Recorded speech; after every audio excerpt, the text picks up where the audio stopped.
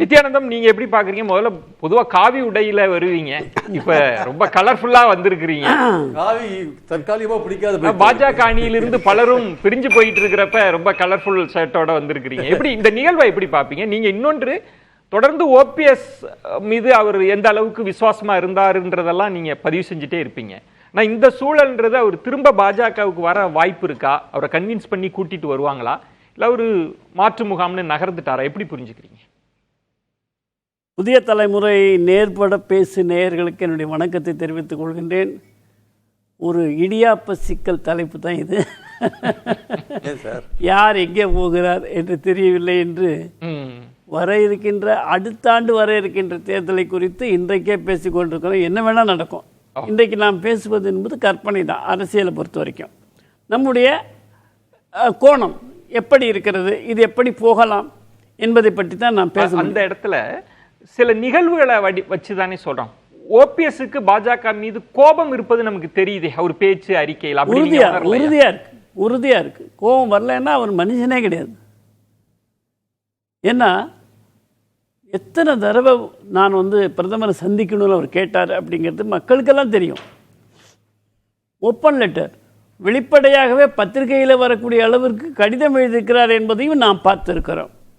அது அல்லாமல் நம்முடைய நயினார் அவர்களுக்கு குறுஞ்செய்தியை அனுப்பியிருக்கின்றார்கள். நான் குறுஞ்செய்தியை படிக்கின்ற வழக்கமில்லை என்று சொல்லலாம். ஆனால் செய்தி பார்ப்பதில்லை, கடிதம் பார்ப்பதில்லை என்று சொல்வதற்கு வழியே கிடையாது ஒரு அரசியல் கட்சி தலைவர். அதனால் இது அதுக்கு தான் நான் இடியாப்ப சிக்கல் சொன்னேன். இன்றைக்கு நயினார் அவர்களும் நம்முடைய அண்ணாமலை அவர்களும் பத்திரிகையாளர்கள் சந்திக்கின்ற பொழுது பேசிக்கொண்டிருந்தார்கள். அப்பொழுது பன்னீர்செல்வம் என்று பெயர் எடுத்த உடனேயே அண்ணாமலை இவர் திருநெல்வேலி செல்ல வேண்டியிருக்கிறது, உடனடியாக செல்ல வேண்டும் என்று சொல்லி அரவணைத்து அழைத்து சென்று விட்டார். அது எப்படி புரிஞ்சுக்கணும்? அண்ணாமலையுடைய ஆளுமையை புரிந்து கொள்ள வேண்டும். அண்ணாமலை இவர் எங்காவது வாயை திறந்து விட்டால் கட்சிக்கு கேடு விளைவித்துடுமே என்ற எண்ணம் அண்ணாமலைக்கு இருந்திருக்கிறது. வயதில் குறைவதாக இருந்தாலும் கூட அவருடைய ஆளுமை வெளிப்பட்டது. இந்த நேரத்தில் எப்படி நடந்து கொள்ள வேண்டும், தவறாக இவர் நடந்து கொள்ளக்கூடாது என்ற அச்சத்திலே அவரும் தலையாட்டி அழித்து. இபிஎஸ் அவர்களுக்கு கோபம் வந்துருமே. ஆமா, இபிஎஸ் அவர்களுக்கு கோபம் வருமே. வருங்க. இப்போ 3 முறை முதலமைச்சராக இருந்தவர் பன்னீர்செல்வம். நேற்று கூட நான் இங்கே பதிவு பண்ணேன். 3 முறை முதலமைச்சராக இருந்தவர்கள். ஒரு சாதாரண சிறிய கட்சியாக இருந்தாலும் கூட பிரதமரை சந்திக்க வேண்டும் என்று சொன்னால் சந்திப்பதற்கு வாய்ப்பு கொடுப்பதிலே தவறில்லை. கூட்டணியில் இருக்கலாம், பின்னால் இல்லாமல் போகலாம். ஆனால் ஒரு வாய்ப்பு, அது கூட எங்கே கேட்டார் அவர்? விமான நிலையத்தில் நீங்கள் கொடுத்தா கூட பார்த்துருப்பார். எல்லோரும் அங்கே தான் பார்த்தாங்க.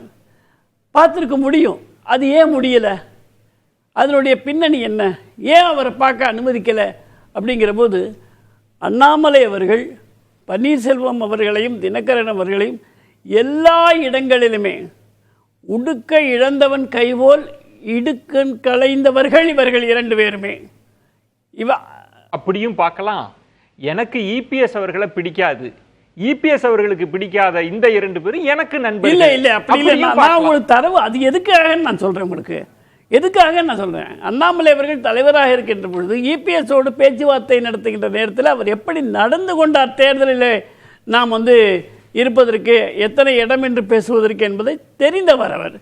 அது மட்டுமல்ல, மோடி அவர்களையும் அமித்ஷா சொன்னார் அந்த பேச்சுவார்த்தை எனக்கு பங்கே இல்லைன்னு அண்ணாமலை சொன்னாரு. இப்ப இல்லைங்க, அவர் தலைவரா இருக்கும்போது கொஞ்சம் கவனிங்க. என்ன தேர்தல் சொல்லுங்க, கொஞ்சம் கவனிங்க. இப்ப நம்ம அண்ணாமலை இப்ப பிரியன் சொல்றாங்க, அண்ணாமலை எல்லாம் கடந்து வாங்க, இன்னைக்கு இருக்கிற பிரச்சனைக்கு வாங்கன்றப்ப இபிஎஸ் அவர்கள் மனம் குளிரும்படி இருக்கணும் அப்படின்னு கூட தோணி இருக்கலாம். பிரியன் அவர்கள் சொல்றாங்க. இபிஎஸ் அவர்கள் மனம் குளிரும்படி என்று சொன்னால் நயினார் மட்டுமே தான் அப்படி சிந்தித்திருக்க முடியாதனால தான் அவர் நான் படித்ததும் இல்லை, குறுஞ்செய்தியும் பார்க்கலன்னு அர்த்தம். அதுக்கு மேலிடத்தையும் எல்லாரையும் எப்படி சம்மந்தப்படுத்த முடியும்? ஆனால் இன்றைக்கு நடந்த ஒரு துர்பாக்கியம், அதான் இன்றைக்கே நேற்றோ முன்னாள் தலைவராக இருந்த தமிழிசை அவர்கள் கொதித்து எழுந்து பன்னீர்செல்வம் இப்படி பேசக்கூடாது, எங்கள் தலைவரை பேசக்கூடாது என்று சொல்லியிருக்கிறார்கள். இதே அண்ணாமலை அவர்களை எத்தனை முறை பேசியிருக்கிறார்கள். அப்பொழுதெல்லாம் ஏன் இவர் கொதிக்கவில்லை? புதிதாக இப்பொழுது என்ன வந்திருக்கிறது? அப்ப அண்ணாமலை மூப்பனார் மாதிரி தமிழ்நாட்டுல தலைவர், மற்றவங்க எல்லாம் டம்மிகள். ஆமா, இல்ல இப்படி எல்லாம் பேசலாமா? ஆதாரத்தோட சொல்றேன் நான். இல்ல ரவீந்திரன், ஆதாரத்தோட நான் சொல்றேன். எல்லாமே தலைவர்கள் நமக்கு பிடிக்கும்ன்றதுனால ஒருத்தரை தூக்கி வச்சும் மற்றவர்கள் எல்லாம் இப்படி சொல்லுவது சரியா? நம்ம நித்யானந்தம் அவர்கள்ட்ட வரலாம். அப்ப நீங்க சொல்வது நித்யானந்தம், நீங்க பாஜகவை கூர்ந்து கவனிச்சுட்டு வருவீங்க, பாஜகக்குள்ளேயே பல அணி ஆதரவா பிரிஞ்சு இருக்கிறாங்களா? அணி ஆதரவாலாம் இல்லைங்க. 3 வருஷமே ஆன ஒருத்தர் இந்த அளவுக்கு ஒரு ஆளுமை பொருந்தியவராக, மக்களை கவர்ந்து இருக்கக்கூடியவராக, மிகப்பெரிய தலைவராக, உயரம் அதிகமாக இருக்கக்கூடிய பாஜக தலைவராக தமிழகத்தில் திகழ்ந்து விட்டு, தமிழகம் மட்டுமல்ல அகில இந்திய செயற்குழுவிலே தீர்மானம் நிறைவேற்றுகின்ற பொழுது உத்தரப்பிரதேசத்திலிருந்து வரக்கூடிய தீர்மானத்தை வழிமொழிவதற்காக வாய்ப்பு கொடுத்தவர்கள் பாஜக அண்ணாமலை அவர்களுக்கு. புரியுதுங்களா? மிகப்பெரிய மாநிலத்திலிருந்து வந்த தீர்மானம், வேற யாருக்கும் தமிழ்நாட்டில் அந்த மாதிரியான வாய்ப்பு கொடுக்கல. இவ்வளவு வேகமா அவர் வளர்ந்திருக்காரு. அதனால எல்லாருக்கும் மனசுல ஒரு உறுத்தல் இருக்கதான் செய்யாது. எந்த நேரத்தில் காட்டணுமோ அந்த நேரத்தில் அப்படி கொஞ்சமா அப்படி காமிச்சிட்டு விட்டுடுவாங்க. இப்ப நீங்க எப்படி புரிஞ்சுக்கிறீங்க? இப்ப ஓபிஎஸ் அவர்கள் போயிட்டாங்கன்றத இப்ப பாஜக இனி எப்படி உணர போகிறது? இப்ப நிறைய நிகழ்வுகள் பாஜகவுக்கு தெரியும். ஓபிஎஸ் அவர்கள் அவமானப்படுத்தப்பட்டார், அசிங்கப்படுத்தப்பட்டார். தமிழகம் முழுவதுமே அது தெரியும். அவர் இப்பொழுது வெகுண்டு எழுவதும் அவர் பேசுவதும் நியாயமானதுதான். யாரும் ஒரு முன்னாள் முதலமைச்சர் 3 முறை இருந்தவர் அவரை இப்படி நடத்துவது என்பது முறையற்றதுதான். அது யார் செய்ததுதாலும் சரி. இல்ல நான் இன்னொன்று கேட்கிறேன். இபிஎஸ் அவர்கள் சொன்னது, அவர் இன்னும் கட்சிக்கு உரிமை கோரல்ல சட்ட போராட்டம் நடத்திட்டு இருக்கிறார். அதிமுக தலைமையில ஒரு அணி அமைக்கப்பட்டிருக்கிறது. தன் கட்சிக்கு எதிராக ஒரு சட்ட போராட்டம் நடத்துறவரை நீங்க அங்கீகரிக்கிறீங்கன்றத இபிஎஸ் அவர்கள் எப்படி அவங்க கோணத்துல இருந்து யோசிச்சு பாருங்க. கூட்டணி எப்படி இருக்கு? காங்கிரஸோட கூட்டணி வைக்குமா? தேசிய ஜனநாயக கூட்டணி திமுகவோடு வைக்குமா? அப்படி ஓபிஎஸ் அவர்கள் நடந்து கொண்டார்கள். எனவே அவரோட கூட்டணி இல்லை என்று அறிவித்து விடுங்கள்.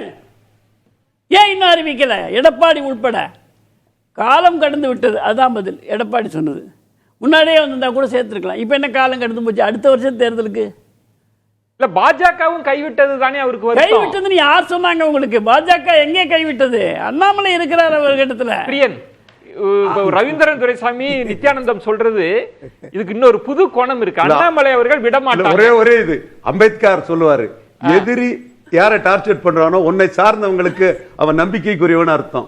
லெப்டிஸ்டான என் தம்பி, என் சகோதரர் பிரியன் அண்ணாமலை டார்ச்சர் பண்ணா அண்ணாமலை தான் தமிழக பாஜக. இல்ல பிரியன், இல்ல ஒரே ஒரு விஷயம் நித்யானந்தம் சொல்றதுல, ஓபிஎஸ் அவர்கள் இனிமே திரும்ப முடியுமா? இப்ப அவரே சொல்றாங்க, நித்யானந்தமே அவருக்கு பெரிய ஒரு அசிங்கம் நடந்து போச்சுங்க, அவமானம் நடந்து போச்சுங்கன்னா இனி அண்ணாமலை நினைச்சாலும் கொண்டு வர முடியுமா? அதுக்கான ஸ்பேஸ் இருக்கா? அப்படி என்ன சொல்றாரு நித்யானந்தம், இதுல பாஜக தலைமைக்கு பெரிய ரோல் இல்லைங்க, அண்ணாமலை அதை சரி பண்ணிடுவாங்கன்றதை எப்படி எடுத்துக்கிறது சார்? இப்போ ஓபிஎஸ் அவருடைய தன்மானம் சுயமரியாதை பாதிக்கப்பட்டதுன்னு அவர் ஒரு அரசியல் செயல்பாடை வகுத்துக் கொள்கிறார்.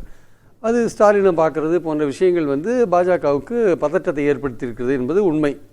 ஆனால் அதே சமயம் ஸ்டாலின் வீட்டு வாசல்லையே அரசியலில் நிரந்தர எதிரிகளும் கிடையாது, நிரந்தர பகைவர்களும் கிடையாது, அங்கேயே தான் சொல்லிட்டு வந்தார் அவர்.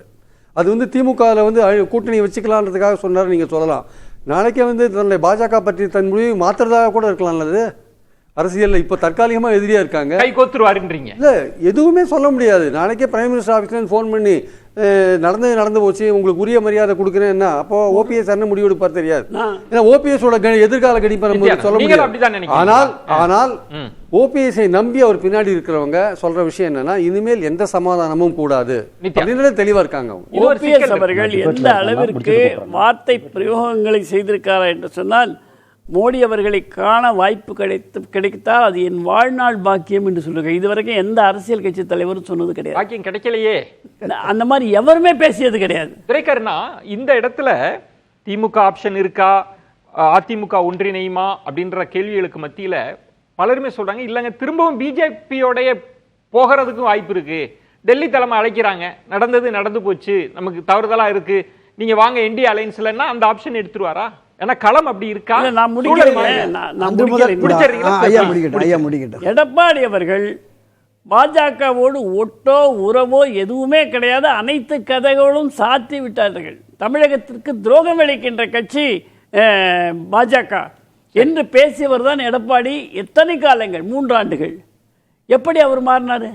எப்படி பாஜகவோட? இப்போ நீங்க ஒரு ஆப்ஷன் தானே சார் எடுக்க முடியும். ஒன்னு உங்களுக்கு ஓபிஎஸ்ஆ இபிஎஸ்ஆ, இல்ல ரெண்டு பேரும் இணைச்சு வச்சிர வாய்ப்பு இருக்கா? ஓபிஎஸ்ஆ இபிஎஸ்ஐ நம்பலாம். ஓபிஎஸ் இந்த முறையாவது நம்பிக்கையை தருவாரா என்று எதிர்பார்க்கிறாங்க. இந்த முறையாவது துரைக்கண்ணா அவர் பாஜகவை நம்பினார், அவருக்கு முதுகில் குத்திக்கிறீங்க. அதுவும் ஒரு ஆப்ஷன்ல தான் இருக்கா? இல்லை, அதாவது என்டிஏ அணியில் இணைவதுங்கிறது இல்லை.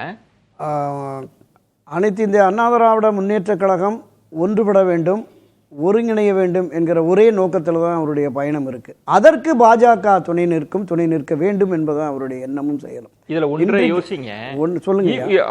இபிஎஸ் அவர்கள் எந்த அளவுக்கு கராரா களத்துல நிக்கக்கூடியவங்க அப்படின்னு. நீங்க ஒன்றிணையணும்னு அழுத்தம் கொடுத்தா கூட்டணியே வேண்டான்ட்டு போயிட்டா என்ன பண்ணுவாங்க? பாஜகவுக்கு இருக்கிற அனைத்து முயற்சியும் போயிருமே. இல்ல பாஜக எப்படி செய்யும்? இல்ல, பாஜகவுக்கு 2029 தான் முக்கியம். 2026 அவங்க 4 எம்எல்ஏ, அந்த 4 எம்எல்ஏ இல்லைனாலும் ஒன்றும் பிரச்சனை இல்லை.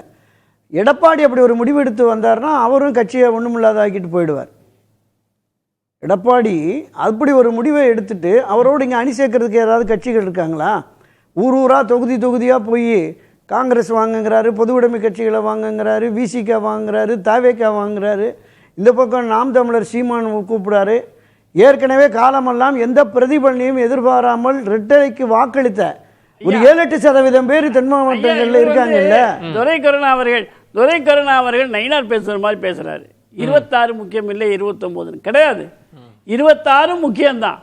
தமிழகத்தில் சட்டமன்றத்தில் அதிக எண்ணிக்கையில் இடம்பெறணும் பிஜேபி. நீங்க சொல்ற முக்கியமான பாயிண்ட்ன்றது இப்ப ஓபிஎஸ் அவர்களோட டிமாண்ட்ன்றது ஒன்றுபட்ட அதிமுக. அதுக்கு பாஜக அதுதான் வெற்றியை தேடி தருங்கிறார். அது முயற்சி எடுக்கணும்ன்றீங்க. பாஜக செய்ய ஒன்றுபட்ட அதிமுகவை உருவாக்க வேண்டும்.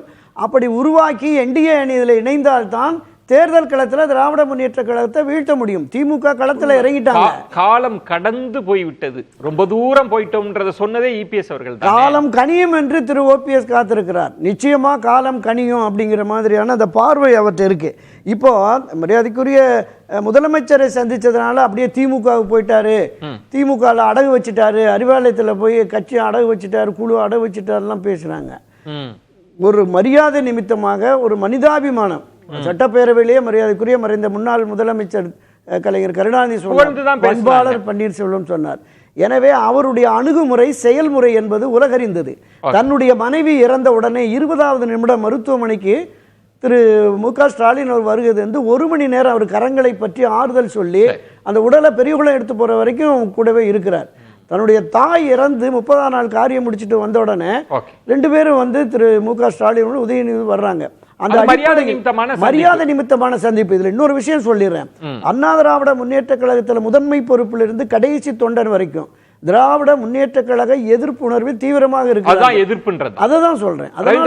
அதுக்கான பதில நீங்க பிறகு கூட கொடுக்கலாம். இதுல முக்கியமான ஒன்று, இப்ப துரைக்கண்ணா அவர்கள் சொன்னது, நித்யானந்தம் அவர்கள் சொன்னது, ஒன்றுபட்ட அதிமுக.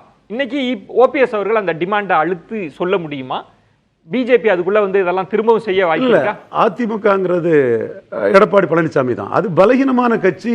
நாம் தமிழருக்கு லீடர்ஷிப்பு கீழே பல இடத்துல போகுது. அது சிலருக்கு ஏற்றுக்கொள்ள முடியல, அதை ஜீரணிக்க முடியாம திணறாங்க. உண்மை. அதிமுக பலகீனமான அதிமுக, எடப்பாடி பழனிசாமி தான் அதிமுக. கட்சி காலம் மாறுறதுல ஒவ்வொரு கட்சி கீழே விழுறது எழுறது இதெல்லாம் சாத்தியம் இல்லையா? மேலும் கீழே போயிடலாம்ல. மேலும் கீழே போறதுக்குள்ள வாய்ப்புக்கு தான் விக்கிரவாண்டில ஈரோடு கிழக்குல ஒன்றுபட்ட அதிமுக யோசிக்கவே மாட்டாங்க. அதிமுக இபிஎஸ் தான். நம்ம தொடர்ந்து பேசலாம். அது பலகீனமான அதிமுக.